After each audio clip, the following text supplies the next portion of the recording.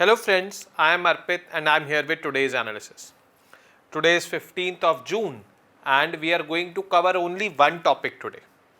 The topic is very important. India's foreign policy in Modi 3.0. Foreign policy is a document which is released by the government. This entails all those provisions which act like a guiding light for the government for its interactions with other countries, other regions of the world and other multilateral organizations of the world. This is formed by the Prime Minister's office by taking inputs from Ministry of External Affairs and the Research and Analysis wing. Actually, technically speaking, it should have been the prerogative of Ministry of External Affairs, but our first Prime Minister, Mr. Jawaharlal Nehru, was also holding the portfolio of Ministry of External Affairs and his office released this, and since then it has become a convention that PMO will release the foreign policy. Well, largely seeing in the present day of schemes, the foreign policy is seeing continuity with the helm of affairs, the Minister of External Affairs, the same. The policy is largely the same, but yes, we need to tweak certain areas as per the demand of the time in future. So let's look into the things with respect to this. Now, what could be the foreign policy of Narendra Modi government in its third term look like? Now, with no change at the top at the Ministry of External Affairs, a broad continuity is expected. We cannot say that exactly it will be the same, but yes, a broad continuity is expected. There will be some calibrations and resetting of the agenda for specific regions depending on the changing global situations and Indian strategic interests in those regions. So what we'll do is we'll pick up regions and the country by country report card we will discuss. What are the situations of the relations with that country, what are the challenges, and then what can be done or what should India do. So first of all, the very important region, that is our neighbourhood. I would say it is the most important region. You cannot afford to have, bad relations with your neighbors. Any country cannot afford to have. You talk about USA, you see USA is having good relations with all the countries all across, good relations with its neighbors, and it is having problems all across the world. It cannot afford to have bad relations with its neighbors. Similarly, any country in the world cannot have that. But unfortunately, we are having bad relations with two of the countries, neighboring countries. One is China, one is Pakistan. We need to recalibrate things over here. We need to look into the, tensions and challenges. Wherever possible, up to what extent we should be looking to rectify those challenges. Now, leaders of 7 countries in India's neighbourhood, they were invited for the swearing-in ceremony. Bangladesh, Bhutan, Nepal, Sri Lanka, Maldives, Mauritius and Seychelles. They attended the swearing-in ceremony of the government. Pakistan, Afghanistan and Myanmar were not invited. And all those who came, there was no substantive bilateral meeting with them. It was just a ceremonial gesture, and the dinner was served after the swearing-in ceremony where all the leaders were there, but no formal meeting happened. India will have to be nimble in its diplomacy in the neighbourhood and be unilaterally generous without insisting on reciprocity. Reciprocity means we should be giving without expecting anything in return. And this is what the main essence of Gujarat doctrine was, which was for strengthening our relationship with our neighbouring countries, released by the government of India in 1996-97 when I.K. Gujral became the Prime Minister for India for a very brief period. So he rolled out this foreign policy with respect to its neighbours, which is famously called as the Gujarat doctrine. So there in the Gujarat doctrine, he talked about that you talk about giving only, India should be giving without expecting reciprocity. Several neighbours look forward to a restrained and restive or a sensitive Modi 3.0 rather than an overbearing New Delhi that frequently flexes its muscles. Why? Because there is a coalition government, they feel, but let's see how things unfold in the times to come. Pakistan. When I talk about Pakistan, in 2014 swearing-in ceremony, all the SAARC countries were invited, and at that time, Nawaz Sharif was the Prime Minister of Pakistan and he came. India's engagement with Pakistan went through ups and downs after that. 2015 December, Prime Minister Modi paid a surprise visit to Pakistan to wish Nawaz Sharif on his birthday. Ups. This was followed by the attacks on Pathankot air base attack and the Uri military base. Relations went down. We conducted a surgical strike. Then after that in 2019, Pulwama attacks happened. After that we did Balakot strikes. Finally, in 2019 only, constitutional changes in Jammu and Kashmir in August 2019 when we abrogated Article 370. This further, I would say, severed the relations. Pakistan unilaterally cut off trade relations with India. So, diplomatic relations were also, I would say, impacted. Now the situation in Pakistan now. The situation has changed since then. How? Imran Khan, who was the Prime Minister in 2019, is in prison. The economy is in deep crisis. It was not in deep crisis, it was in crisis, but not in deep crisis. The Sharifs, who are now backed by the army, are back in power. ShahbazSharif is the current Prime Minister. Nawaz and his brother Prime Minister ShahbazSharif have reached out with a message of hope and peace to India. They wished the Indian Prime Minister on being elected as the Prime Minister for the third time. Now India's response, what was India's response? Modi has responded that security, countering Pakistan-backed terrorism is India's priority. And the leadership of India has been very clear since the last 10 years that terror and talks can't go hand in hand or can't go together. Pakistan will have to stop sponsoring state-sponsored terrorism in order to, do talks with India. The series of terror attacks in Jammu and Kashmir over the last few days, this again has raised eyebrows ki bhai, what should we do? So, it can be a possibility that if the political leadership is wanting to engage with each other, there should be certain points which should keep them apart. The terrorist outfits are thinking in this way, or for that matter, the Pakistan military is thinking in this way, which is supporting the terrorist. Can be a possibility. Next country is Afghanistan. Afghanistan, where Taliban took over power in an illegitimate manner. By force, it took over power when the foreign forces withdrew in 2021, and India has not recognized Taliban as the legitimate rulers of Afghanistan.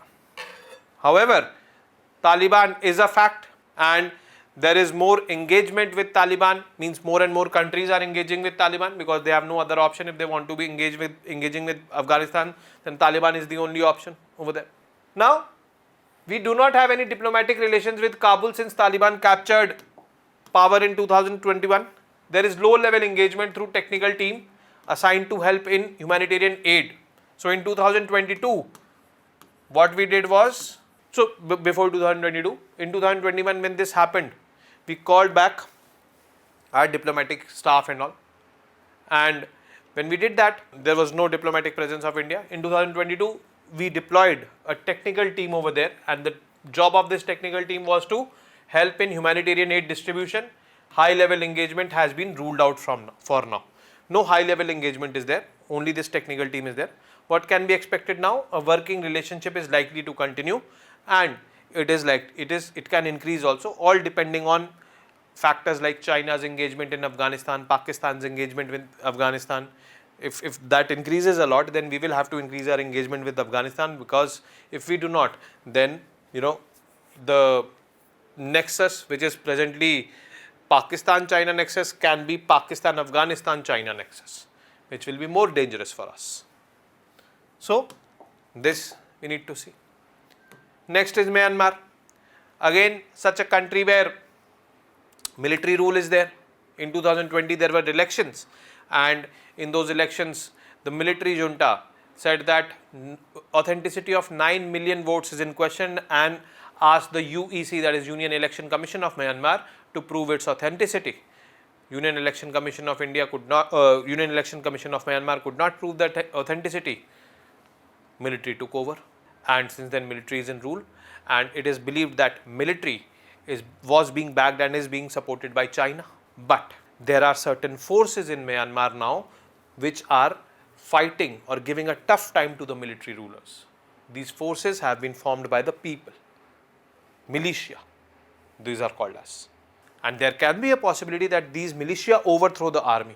There have been, huge migration from Myanmar to India, Mizoram and all, who have migrated, the army personnel over there whose, life is at threat over there from those militia which have been formed by the people. The challenge has been to engage with the junta government. Junta means military junta government in Myanmar that has been preoccupied with armed resistance internally. Armed resistance by the people who have formed those militias. Myanmar's government forces have been on the defensive since the fighting began in October 2023. So, these forces, the militias which have been formed, the people of Myanmar have formed it. They are fighting with the military junta, and this started in October 2023, and you know what? They have overpowered the junta at times. What can India do? It has been suggested in Indian strategic circles that given the possibility of government's collapse, it can be a possibility that the military government collapses, New Delhi should start engaging with the opposition groups, which it has. Maldives. So, Maldives president was here for the swearing in ceremony, Mr. Mohammad Muizzu. Mohammad Muizzu came to power on the India out plank. We know that. Now, after India replaced military personnel, India placed military personnel over there, and that became a cause of concern for the Maldivian people, and that was one of the major components of India out campaign. So now India has replaced those military personnel with, Indian air assets to manage those Indian air assets. Earlier we placed them. Now we have replaced them with technical personnel as requested by Muizzu government. New Delhi and Malé have appeared ready to engage. So we can see some engagements with Maldives in the times to come. What can India do? Engage with the Muizzu government, aiming at addressing the real concerns of the Maldivian people. India's contribution in tourism of Maldives should continue. So it is a tourism based economy. Bangladesh. So there were elections in Bangladesh this year also, and Sheikh Hasina, the Prime Minister of Bangladesh, is the Prime Minister since 2009. The opposition parties boycotted the elections, and they are doing it from the last 2 or 3 times. But this Prime Minister Sheikh Hasina, belonging to the Awami League, is very hard on the Islamic hardliners or the radical elements. These radical elements are against India and against Bangladesh also, and this works in our favor. Multiple challenges do exist with Bangladesh, like river water sharing and all. We are also discussing a SEPA, that is this free trade agreement, advanced level of free trade agreement, comprehensive economic partnership agreement it is called as, but it is under discussion since long. So let's see what happens.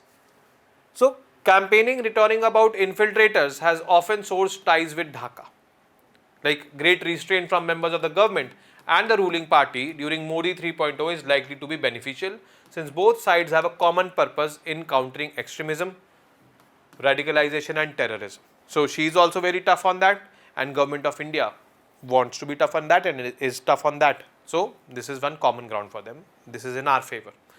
What should India do? Try to increase trade ties. Signing of a SEPA is around the corner. Also pick up to address issues of water sharing between the two countries. This can increase our influence vis-a-vis China in Bangladesh. So China is Bangladesh's largest trading partner. We are the second largest.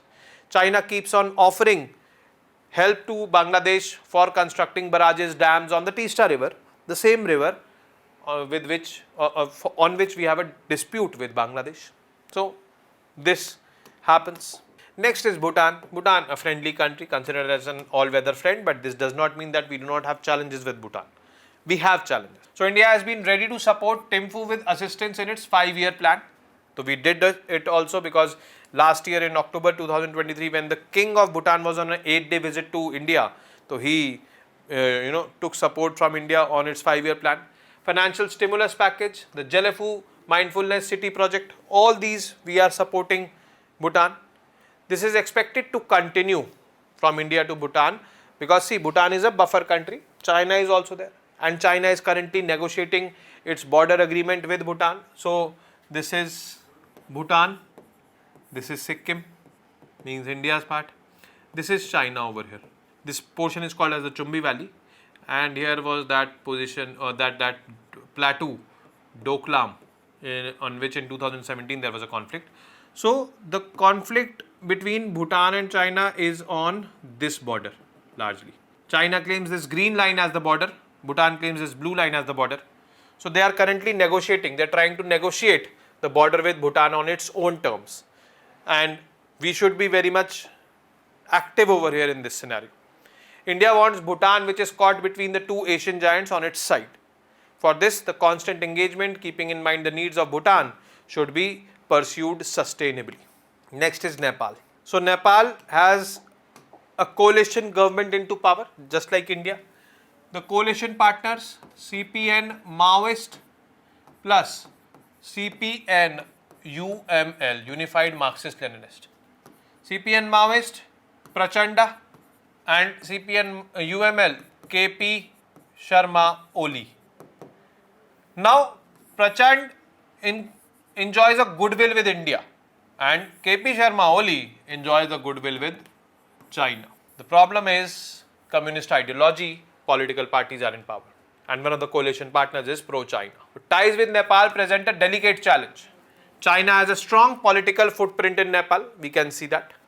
And the government in Kathmandu, in which former Prime Minister KP Sharma Oli is an important player, is perceived to be trying to use the Beijing card against New Delhi. The decision to put unilaterally redrawn borders of Nepal on the national currency suggests that this will continue. So Nepal did what? Few days ago, that is last month, it released a 100 rupees note, and on that 100 rupees note, it had entailed the map of Nepal, in which it claimed the areas in Uttarakhand as its territory, that is Limpiadura, Kalapani, Lipu Lake region. That is a disputed territory between India and Nepal, and since this step has been taken by Nepal, so it seems that in the future this kind of challenge is going to be there between India and Nepal. New Delhi will have to work hard to regain the trust of Nepali people that took a blow after the economic blockade of 2015. This happened, Madhesya crisis, when the Nepal was adopting the constitution, its new constitution. Permanent cooperation can be sought. Hydroelectric power can be the new connecting link between the two countries, because this has been talked about a lot. Coming to Sri Lanka, the goodwill gained by India on Sri Lanka street after helping out with the island nation's financial crisis in 2022, when the, I would say, Rajapaksa brothers, they fled the country, and it seemed that Sri Lanka is in the debt trap of China. It had fallen in a debt trap of China. Forex reserve almost nil. So India supported Sri Lanka. Currency swap agreement was there. More than $4 billion of help was given by India to Sri Lanka. But it was very much unfortunate that in these elections, for electoral gains, people in India picked up the Kachativu island for discussion, for garnering votes, and this can be a challenge between India and Sri Lanka in the times to come. So what should India do? Strengthening the Sri Lankan economy with financial assistance as well as investments will be a key task ahead of elections in that country later this year. Per se, elections date has not been announced, but yes, elections will be conducted this year, later this year, or early next year. Then Seychelles and Mauritius, both these leaders were invited. So we definitely want to send a signal that we want to increase our influence in the Indian Ocean region, and these two countries are very much important for increasing our influence in the Indian Ocean region. So India's plans to help upgrade ports infrastructure in these countries is part of its maritime diplomacy and security efforts. Some success has been achieved at Agalega Islands in Mauritius, but developing Assumption Islands in Seychelles has presented a challenge. So we will have to overcome this challenge, and we will have to further increase our presence in these island nations or these strategically important countries for India. What should India do? India should engage tactfully and sustainably, learning its lessons from Maldives. A similar kind of anti-India campaign has also surfaced in Mauritius, so mindfulness is the key. So we should be going it this way. Now comes the West. West includes Europe, North America. So Modi government's engagement with the West has been more transactional as compared to the previous governments. India has also developed strong strategic ties with US, Europe, Japan and Australia. We formed the Quad. We are part of Indo-Pacific Economic Framework. We are part of I2U2, G7 meetings. In the last 10 years, 5 times we have been invited for the G7 meeting. So all these. There was a lot of noise during the campaign about Western interference provoked by criticism of government in the Western media. So Western media criticized the democratic credentials of India a lot, and our leaders were very vocal in responding them. Gone are the days when we were silent on the criticisms faced by the West, and those criticisms, if they were not true, they became true, because those became the perceptions of the people. But now India is vocal enough to respond back to them, and the electoral result which was delivered by India, actually silenced all the critics. Now nobody is questioning the democratic credentials, but the question is that why this result was needed to silence them. That is the thing, because they are propaganda driven. So the aggressive Indian response showed that the government, even after a decade in office, remains extremely sensitive to commentary in the West, and sometimes to even anodyne comments by the Western governments. And now India has learned to respond back. When it comes to USA, the Indian relationship with USA has bipartisan support and is not expected to be impacted by the outcome of November presidential elections. Whichever party comes, we have good relations with all the parties, whether Republicans or the Democrats. So, not a problem. Europe, economic and political ties with European countries such as France and Germany have improved a lot. UK has been keen to conclude a free trade agreement with India. The European Union largely is also keen to conclude a free trade agreement with India. These are under discussions. European Free Trade Association already concluded a free trade agreement with India in March or February or March this year. So, our engagement with Europe has increased. Talking about Canada. Now, this is one such country where our challenges are. Basically, the challenges are with respect to the Khalistani supporters based in Canada and the Canadian leadership supporting them, their cause. But amidst all of this, economic ties and student flows to Canada have not been impacted. They are on the rise. Now, what should India do with respect to the entire West? From New Delhi's perspective, the ideal scenario should be to secure Indian interests and benefit from Western capital and technology, while not being lectured on its domestic matters. We should be very clear, we will not be lectured on our domestic matters. Our domestic matters are our domestic matters. Your domestic matters are your domestic matters. We do not do anything to your, we do not lecture you on your domestic matters. Similarly, you should not be lecturing us on our domestic matters. Simultaneously, we should also strengthen ties with them to take their capital, to take technology from them, because it is at the advanced level over there. The PM's engagement at the G7 in Italy might signal steps in this direction. Now comes the very important neighbor, that is China. There is a broader standoff with China and it is entering in the 5th year, 2020 it started. And the task before Modi 3.0 is difficult and knotty. India has maintained that all cannot be well until the border situation becomes normal. New Delhi wants complete disengagement and then de-escalation. And it will be taking a lot of time and lot of efforts to de-escalate and disengage 50 to 60,000 troops. What should India do? Political engagement at the highest level should be done more frequently. Because see, military level engagements are happening, joint working groups are there, 19 round of talks have also happened till now. Disengagement from Patrol Point 15 happened in 2022. The Chinese disengaged themselves, but Chinese are largely present in the Depsang Plains and the Demchok region right now in Ladakh, which are on the Indian side of LAC. Now, that can only be resolved if the political leadership at the highest level, they engage frequently, because frequent engagements at that level have not been witnessed. Those are missing. So, there is an SCO summit coming up, and this SCO summit is in Kazakhstan, and there Prime Minister Modi is expected to hold bilateral talks with the Chinese president. Russia, our all-weather friend. India's ties with Russia are being tested by the war in Ukraine.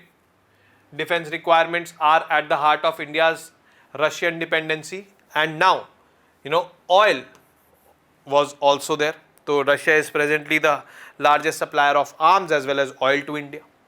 Russia has not collapsed under Western sanctions, and it is now widely seen as having the upper hand in the war. So, what should India do? India is likely to skip the June 15-16 peace conference in Switzerland, because Russia is also not going to be there. Emphasize on dialogue and diplomacy. We are emphasizing on dialogue and diplomacy to resolve the war, and this is what Modi also told Volodymyr Zelensky, the Ukrainian president, which he met in the G7 summit. Next is West Asia. West Asia is very complicated. On one side we have the Jews, Israel. On one side we have the Arab Muslims, countries like UAE, Saudi Arabia, Egypt, Qatar, Jordan, the Palestinians. And on the third side we have Iran, the Shias. And all of them are conflicting with each other. Shias have a problem with Jews. Jews have a problem with Palestinians. Palestinians or the Arab Muslims, the Sunnis, have a problem with Shias. So it is complicated, and in this levels of complications, it is difficult to maintain strategic balance over there. Well, India was able to maintain that strategic balance until October 2023, when the war between Israel and Hamas started. And this has, delayed multiple, I would say, Indian projects in that region. Like Modi 1.0 and Modi 2.0 built ties with countries and leaders in the region. All from Saudi Arabia to Israel to UAE to Iran, Qatar to Egypt, everyone. Energy security, investments, and the 9 million strong Indian diaspora in the region have been the major stakes for India. What should India do? Expedite the anticipated. We anticipated the India, Middle East, Europe Economic Corridor. We announced it in 2023 G20 Summit. We became part of I2U2 in 2021-22. I2U2 stands for India, Israel, USA and UAE. International North-South Transit Corridor. Russia, Iran and India, they started it in 2000. It is a multimodal connectivity corridor from India to Russia. Are all thought to be game changers. But the Israel-Hamas conflict has introduced uncertainty. We cannot do much about that conflict, but yes, we can obviously project India in such a way that dialogue and diplomacy can resolve the conflicts. Similarly, we are doing with Russia-Ukraine war in the north. So this is what India should be doing in its foreign policy domain in Modi 3.0, and these are the major reasons of the world where India engages itself, and this is how we are going to engage. Conclusion is that the basic principles on which our foreign policy is based, whether it is Vasudev Kutumbakam, non-alignment, being the voice of the global south is developing and underdeveloped countries of Asia, Africa and South America, and being the Vishwamitra. These principles should be followed. These principles should not be compromised, because we have followed these principles, and these principles have earned us the respect which we have right now. But in all this, we should not forget one thing, that in international diplomacy or in international relations, there are no permanent friends or enemies. There are only permanent interests, and we as a country should be pursuing our national interests. That is what should be pursued most importantly. Now the MCQs. The first is, who formulates the foreign policy of India? The MCQs formations were very difficult, but the MCQs are very easy in today's lecture. So, Ministry of External Affairs, PMO, Cabinet Committee on Economic Affairs, Research and Analysis, wing. In which country India constructed the Agalega airstrip? Seychelles, Madagascar, Mauritius or Ethiopia? Terror and talks cannot go hand in hand. India has adopted this philosophy with which of the country or region? Afghanistan, Pakistan, West Asia or Myanmar? Fourth, which country is hosting Russia-Ukraine Peace Conference in June 2024? Italy, Belgium, USA or Switzerland? And the fifth question, consider the statements and mark the correct one. India announced about its membership to the I2U2 grouping in the G20 summit of 2023. It is anticipated that India's influence in West Asia will increase with the materialization of India, Middle East, Europe economic corridor. Only one, only two, both one and two, neither one nor two. Now I have been receiving requests from the students ki sir, discuss the answers of these questions in the video itself. So what I will do, from Monday onwards, I will try to discuss the answers of these questions in the video itself, so that you are able to develop that approach. But I will be discussing the answers for few days. I would be expecting, once that approach is developed, I will be coming back to this format where I will not be discussing the answers. You will be getting the answers in the notes which you can download. So this is what I wanted to clarify. And with this, we have come to an end of today's session. I will be meeting you on Monday now with more such informative news pieces. Till then, you guys very well know what to do. Keep studying, keep reading, keep writing, and most importantly, keep revising. Namaste, Jai Hind.